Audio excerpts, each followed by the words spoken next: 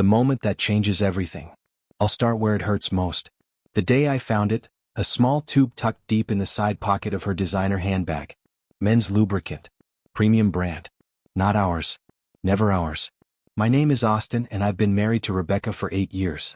8 years of building a life together in our suburban Denver home, complete with a white picket fence and dreams of kids we never quite managed to have. She was everything I thought I wanted, beautiful, ambitious, the kind of woman who turned heads when we walked into restaurants together. That Tuesday afternoon changed everything. Rebecca had rushed off to another client dinner, leaving her purse behind in our marble-topped kitchen. Her phone was buzzing incessantly from inside, probably another urgent work call. Being the helpful husband I'd trained myself to be, I reached in to silence it. That's when my fingers brushed against it. The tube was sleek, expensive-looking, hidden beneath her compact mirror and lip gloss like a dirty secret. I froze, my hand trembling as I pulled it out. The label stared back at me mockingly.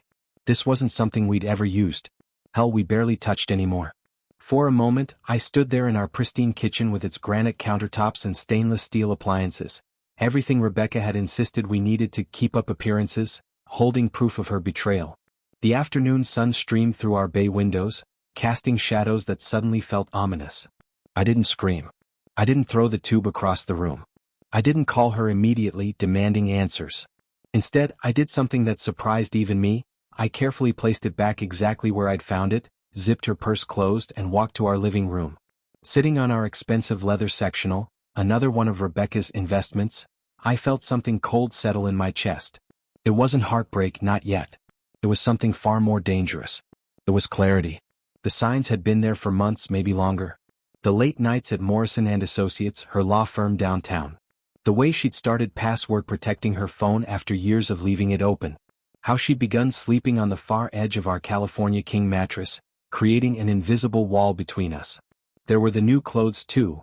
Lingerie I'd never seen her wear for me, perfumes that weren't quite right, the way she'd started hitting the gym religiously, claiming she needed to feel good about herself again. I'd explained it all away. Work stress.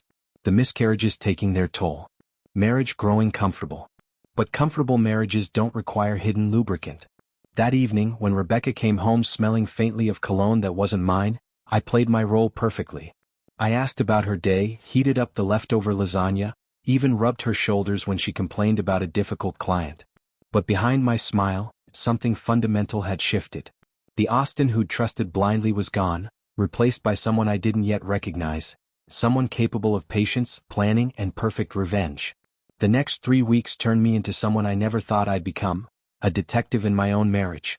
But knowledge is power, and I needed every advantage I could gather before making my next move. I started small, methodical. Rebecca had always been careless with her routines when she thought I wasn't paying attention. She'd leave her laptop open while showering, her phone unlocked while cooking dinner. For years I'd respected her privacy. Now, privacy was a luxury neither of us could afford. Her text messages revealed everything I needed to know and more than I wanted to. His name was Derek Mitchell, a partner at Sterling & Associates, the competing firm across town. Married, father of twins, with a reputation for winning cases and apparently winning over other men's wives. Their conversations made my stomach turn, but I forced myself to read every word. It wasn't just physical, though there was plenty of that described in graphic detail that burned itself into my memory. It was emotional. Rebecca shared things with Derek that she'd stopped sharing with me years ago. Her fears about us, her dreams of a different life, even intimate details about our struggles to conceive. That hurt worse than the sex. I began taking screenshots, methodically documenting everything. Dates, times, messages. I created an encrypted folder on my personal laptop, building a case like Rebecca might for one of her clients. The irony wasn't lost on me. I was preparing for a trial she didn't know was coming. Rebecca's patterns became predictable. Tuesday and Thursday client dinners that ran until midnight. Saturday morning networking events at hotels I could easily verify she never attended. She'd come home from these encounters glowing in a way I hadn't seen in years, humming in the shower, actually initiating conversations about her day. The cruel joke was that her infidelity was making her a better wife on the surface. Guilt, I realized, was a powerful motivator for temporary kindness. Meanwhile, I played the role of oblivious husband to perfection. I brought her coffee in the morning, suggested date nights she'd politely decline, even booked a weekend getaway to Aspen that she canceled at the last minute due to work emergencies. Each lie felt like another nail in a coffin I was building for our marriage. The hardest part wasn't the betrayal, it was the loneliness. For 3 weeks, I lived with this knowledge, unable to share it with anyone. My best friend Jake would have told me to confront her immediately. My brother would have wanted to beat Derek senseless. But I had something else in mind. Something that required patience.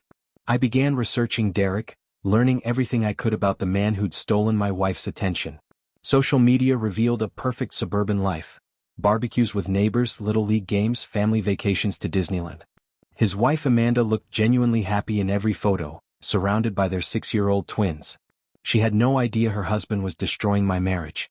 The final piece of evidence came on a Thursday night. Rebecca had texted me about working late, but her location showed she was at the Ritz-Carlton downtown, the same hotel where she and Derek had been meeting. I drove there not to confront them but to confirm what I already knew. Sure enough, there was Derek's silver BMW in the valet area, and through the hotel's glass lobby, I could see Rebecca laughing at the bar, her hand on his arm, looking more alive than she had in our home for months.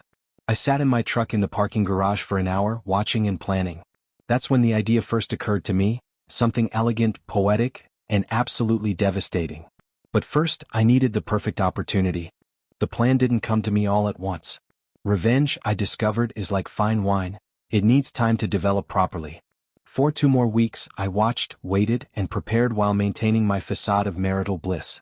Rebecca's confidence was growing dangerously high.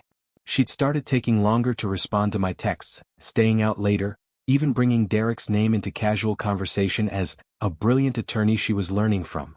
The audacity would have been impressive if it weren't so insulting. But her cockiness would be her downfall. I began my preparation by studying their patterns more closely. Tuesday meetings always happened at the Ritz-Carlton. Thursday encounters were at Derek's downtown apartment, a place he kept 4 late work nights, according to Rebecca's texts. The Saturday sessions were the most elaborate, usually involving dinner at expensive restaurants followed by extended stays at luxury hotels. During one of Rebecca's Thursday night strategy sessions, I took action. I'd memorized the security code to her phone weeks ago, our wedding anniversary, the same code she'd used for everything for years. The lubricant was always in her bag before these encounters, carefully packed alongside breath mints, her favorite lipstick, and emergency makeup for touch-ups afterward. That tube had become a symbol of everything wrong with our marriage. Every time I saw her pack it, I felt that cold anger crystallize a little more. The replacement was easier to acquire than I'd expected. A trip to Home Depot during my lunch break, where I purchased a small bottle of clear, fast-setting superglue. The consistency was remarkably similar to the original product. Viscous, odorless, and in dim lighting virtually indistinguishable. I waited for the perfect opportunity. It came on a rainy Thursday evening. Rebecca announced another client dinner that would run late. I watched her pack her bag with practiced efficiency, that damning tube nestled in its usual spot. After she left, I followed my own routine, ordering takeout, settling in to watch baseball, playing the role of the trusting husband one more time. But at 9 p.m. I made my move. Rebecca always showered immediately when she came home from these encounters, a ritual that had become as predictable as sunrise.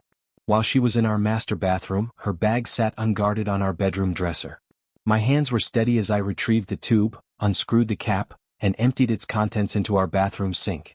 The replacement process took less than 2 minutes. Clear superglue filled the container perfectly, and I sealed it with surgical precision, leaving no trace of tampering.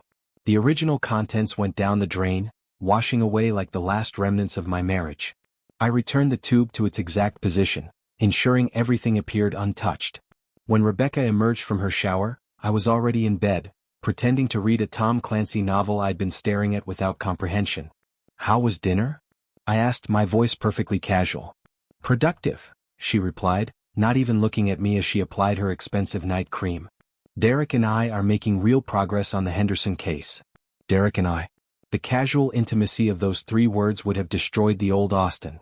But the new Austin, the one who just planted a trap that would destroy 2 marriages and several careers, simply nodded and returned to his book. The game was set. Now I just had to wait for them to play it. Over the next few days I found myself studying Rebecca with new eyes. She moved through our house like a stranger, touching our shared possessions with distracted indifference. Our wedding photos, which had once held places of honor on every surface, now seemed to mock us both. The most twisted part was how normal everything appeared. We still had breakfast together, still discussed weekend plans, still maintained the comfortable rhythms of 8 years together. But underneath, I was counting down to an explosion that would change everything. And Rebecca had no idea she was holding the detonator. Friday night arrived with the weight of inevitability. Rebecca announced her plans with the same casual tone she'd used dozens of times before. Drinks with colleagues from Morrison and Associates, followed by a late dinner. Her bag was packed with the same careful efficiency, that modified tube nestled among her usual accessories like a time bomb waiting for the right moment. I kissed her forehead as she left, the gesture feeling like a farewell to more than just the evening. "Don't wait up," she said, checking her reflection one final time in our hallway mirror. She looked beautiful, radiant even.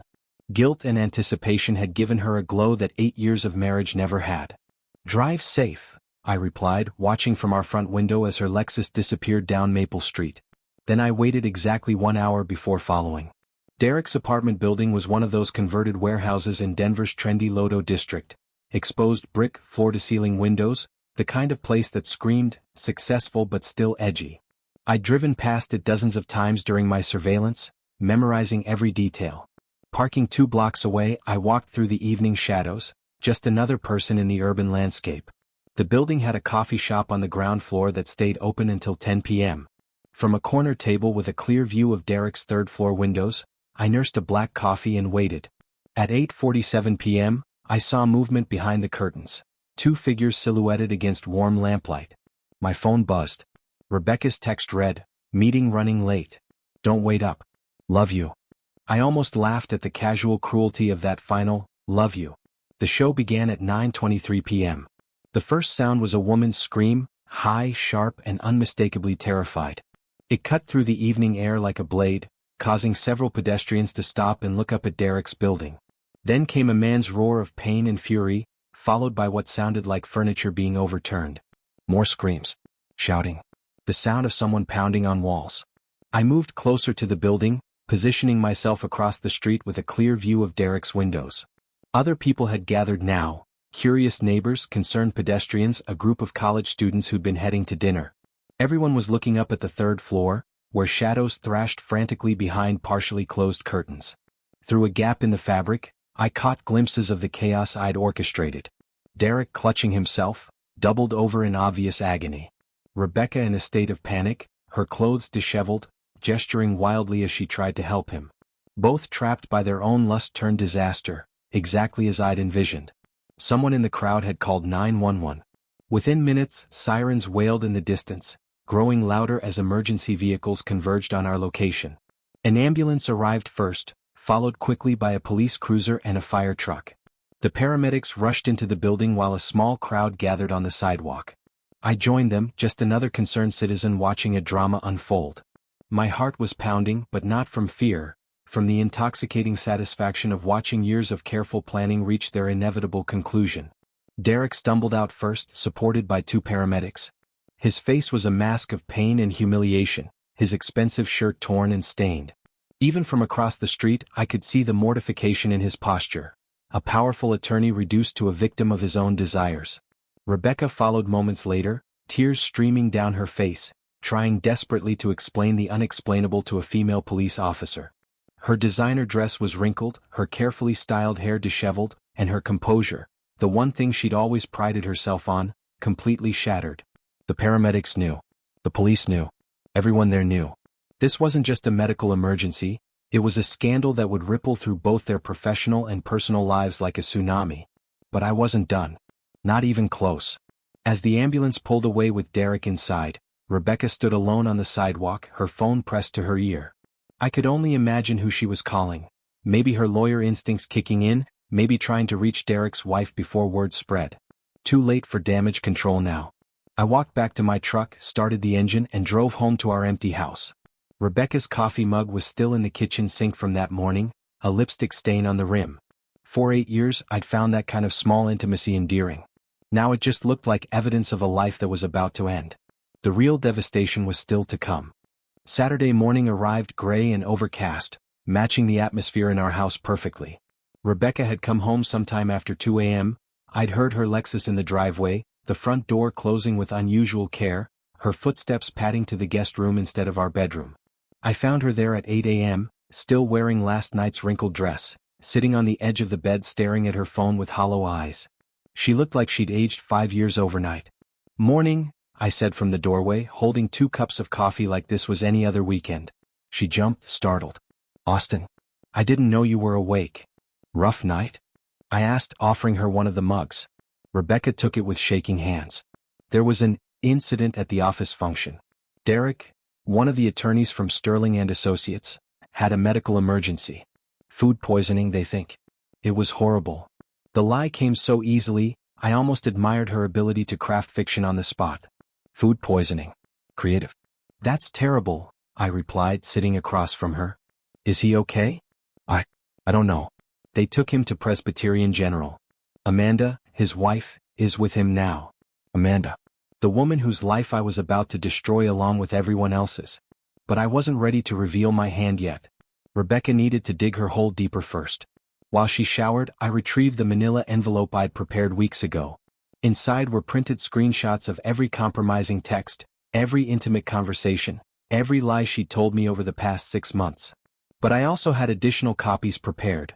One for Amanda Mitchell, one for Derek's HR department at Sterling and Associates, and one for Rebecca's parents in Colorado Springs. The nuclear option.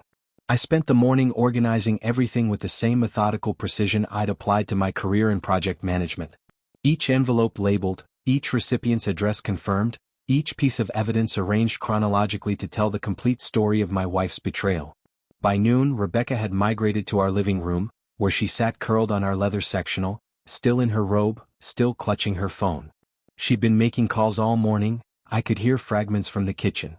No comment to reporters. "I can't discuss ongoing medical situations. Please respect our privacy." Reporters. This was getting better than I'd imagined. That's when I made my first move. "Rebecca," I said, sitting beside her on the couch. "We need to talk." She looked up from her phone, her face pale but guarded. "About what?" I pulled out my own phone, scrolled to the screenshots folder, and showed her the first image, her text to Derek from 3 weeks ago, describing in explicit detail what she wanted to do to him the next time they met. The color drained from her face completely. "Austin, I can explain." "No need," I interrupted, swiping to the next screenshot and the next and the next. "It's all very clear. 6 months of clear, actually." She started crying then, not the gentle tears of remorse, but the ugly sobs of someone whose world was collapsing. "It didn't mean anything," she gasped between breaths. "It was just, I was lonely and Derek understood." "Derek understood what?" I asked, my voice remarkably calm. "What I couldn't possibly understand after 8 years together?"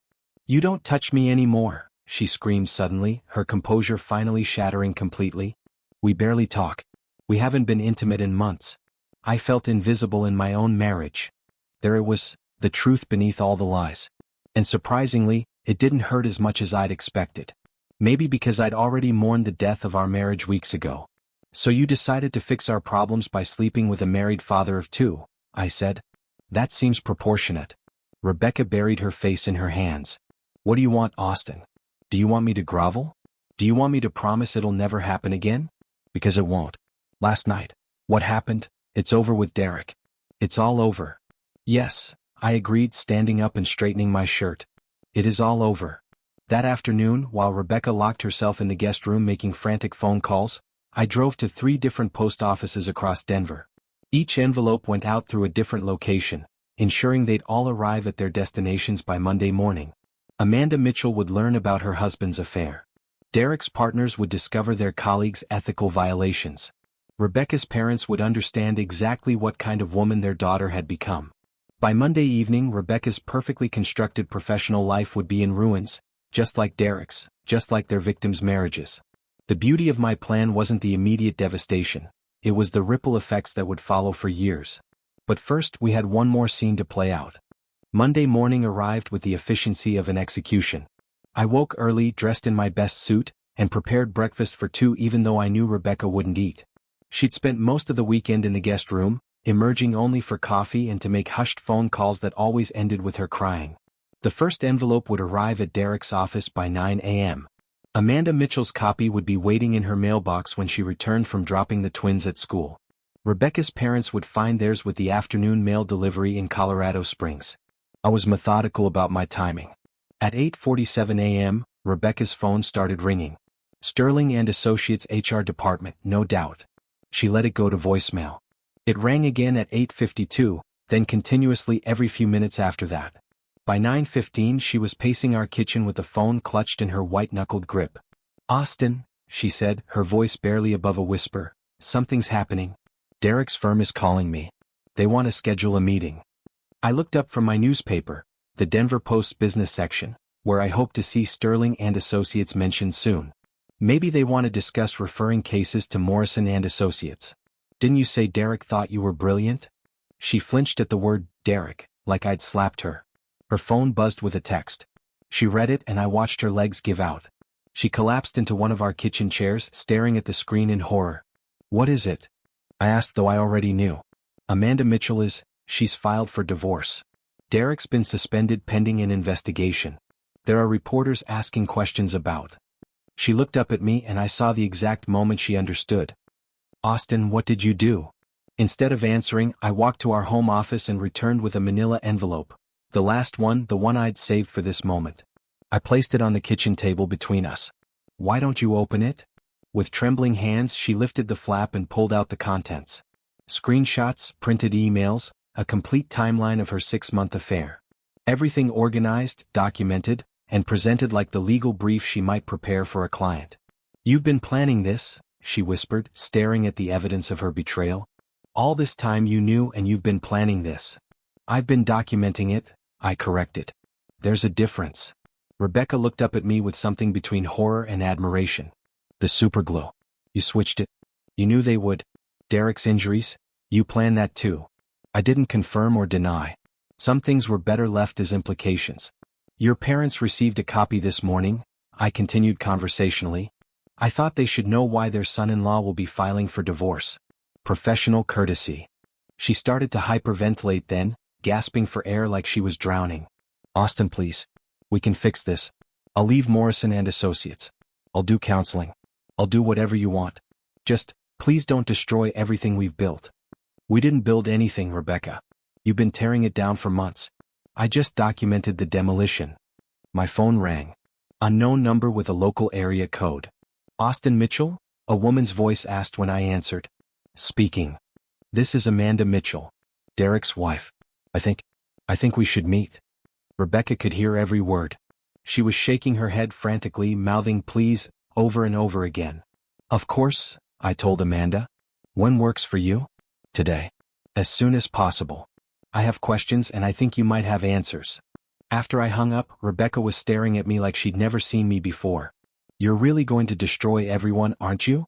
Derek's children, Amanda, their whole family. Not just us." "I didn't destroy anyone," I replied, standing and straightening my tie. "I simply revealed the truth. What people do with that truth is their choice." I walked to our front closet and pulled out 2 large suitcases. "What are those for?" Rebecca asked, though she clearly already knew. "Your things. I packed them last night while you were making your phone calls.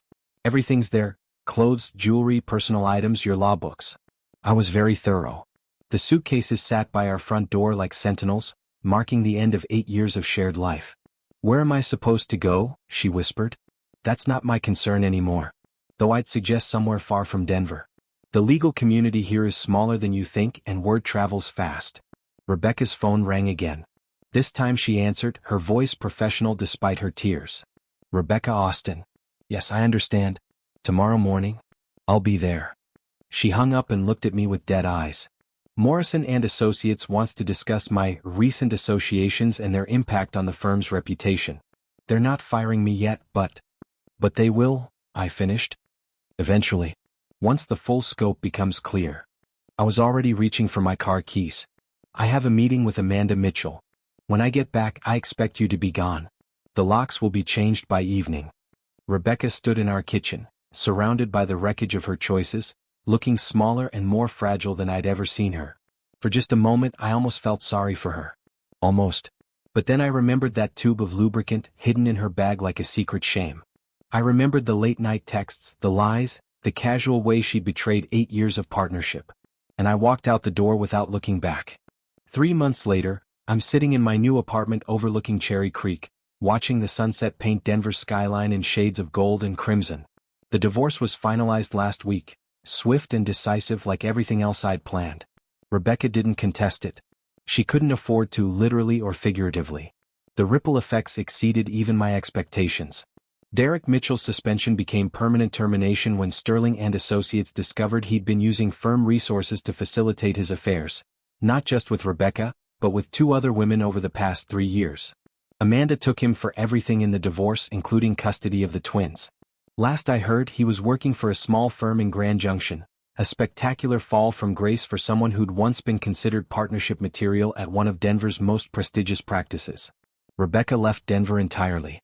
Her parents, devastated by the evidence I'd provided, cut contact with her completely.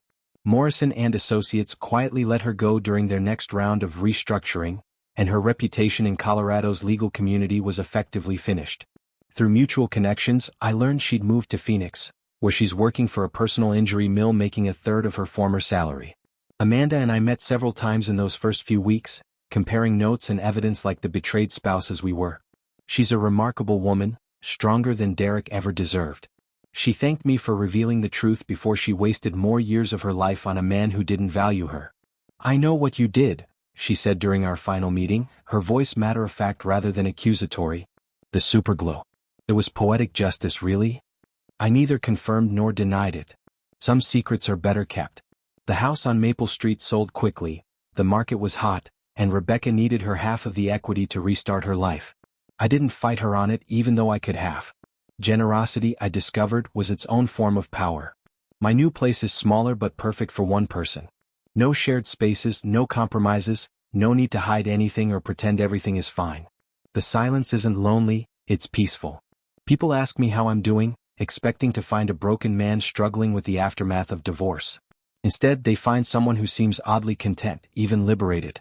They don't understand that betrayal only has power when you let it consume you. I chose a different path. Jake, my best friend, summed it up perfectly over beers last week. Most guys would have just confronted her, maybe gotten a lawyer, fought over assets for 2 years. You turned it into performance art. Performance art. I like that description. The superglue incident became something of an urban legend in Denver's legal circles, whispered about at bar association events, referenced obliquely in office conversations. No one could prove anything and I never discussed it, which somehow made the story more powerful. Derek's injuries weren't permanent, though I'm told they were extensively uncomfortable and required multiple medical consultations. The psychological damage was likely more lasting than the physical trauma. Sometimes I wonder if I went too far. Late at night, when the apartment is quiet and my conscience starts asking uncomfortable questions, I think about collateral damage. Amanda's children, who lost their father's income and stability. Rebecca's parents, who lost their relationship with their daughter. The careers destroyed, the lives upended. But then I remember Rebecca's text messages to Derek, describing intimate details of our marriage failures while she was lying next to me in bed. I remember the casual cruelty of her deception, the months of gaslighting when she made me feel like I was imagining problems that she was actively creating. And I sleep just fine. Revenge, I learned, isn't fire. It's ice. It doesn't burn fast and wild. It freezes slowly until the betrayer is trapped in a cage of their own making. The most satisfying part wasn't the immediate chaos, but watching the long-term consequences unfold exactly as I'd planned. Rebecca thought she was clever, conducting her affair with surgical precision, keeping her secret life separate from our marriage. She thought I was blind, complacent, the kind of husband who would never suspect because he was too comfortable to pay attention. She was wrong about everything. I saw it all. I documented it all. I waited for the perfect moment, then I acted with the same cold precision she'd used to deceive me. Now she lives with consequences that will follow her for years, while I'm free to build whatever comes next. I lost a wife, but I gained something far more valuable, the knowledge that I'm capable of perfect patience, flawless planning, and absolute follow-through. That betrayal only has power when you surrender to it instead of weaponizing it. That the best revenge isn't anger, it's control. And control is something I never lost. Not for a single moment. The sun sets completely now, leaving Denver bathed in twilight. Tomorrow I have a date with a woman I met at a bookstore, someone with kind eyes and no hidden agendas. Someone who doesn't know about Rebecca, Derek, or tubes of superglue. Someone who gets to meet the new Austin, the one who learned that sometimes the best way to save yourself is to let others destroy themselves with the very tools they used against you. I close my laptop, pour myself a glass of wine, and smile at my reflection in the darkened window. Perfect.